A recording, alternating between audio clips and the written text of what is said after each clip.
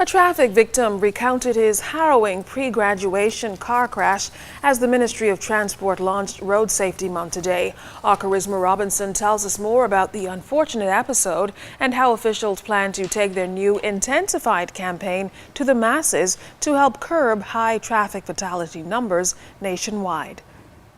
On March 3, 2009, a routine morning school run turned into a horrible nightmare for Jacqueline Ford and her 16-year-old son, Ronaldo Gibson. The teen was a 12th grader at Doris Johnson High School at the time, and he was preparing for graduation. Ronaldo and his mom believe speed was a factor in this case, particularly since the accident happened in the middle of a school zone. Even though fighting in court, nothing came out of the case, mentally, at times it leaves me very distraught.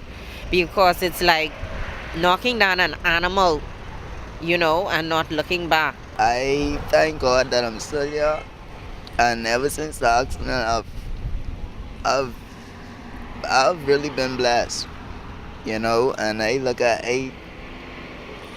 everything as a blessing these days, the small things and the big things. Ms. Ford says she was pulling out from this breakfast stand on that morning when she was struck by a vehicle traveling eastbound on Prince Charles Drive. The next thing I knew, when I came to a bit, I was drenched in blood, and then I didn't see Ronaldo in the vehicle. And when I looked, managed to look on the passenger side, there Ronaldo was lying on the ground, gasping for breath. Ronaldo, who is now 21, was in hospital for 2 years and 8 months and is confined to a wheelchair. However, he remains optimistic that he will walk again. He is appealing to road users and pedestrians to be very careful. Well, to drivers, I'd like to say, always pay attention and look out for others around you. His message coincides with that of the Ministry of Transport's new campaign, Draw the Line. So far for the year, traffic officials report that there have been 45 fatalities, 9 females and 36 males. Transport Minister Glenys Hannah Martin says these numbers pose a serious public health issue. We're in a situation where we ought to now, every driver should be fully cognizant of what the risk factors are on our streets.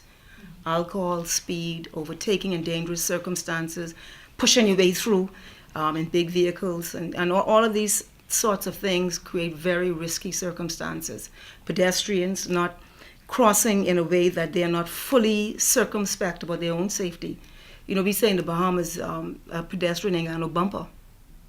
But the way some pedestrians behave, you would think they believe they do. Hannah Martin says the launch of the Draw the Line program is the beginning of a sustained public education effort, as the goal is to drastically reduce the number of traffic fatalities in the Bahamas. Charisma Robinson, ZNS Network News.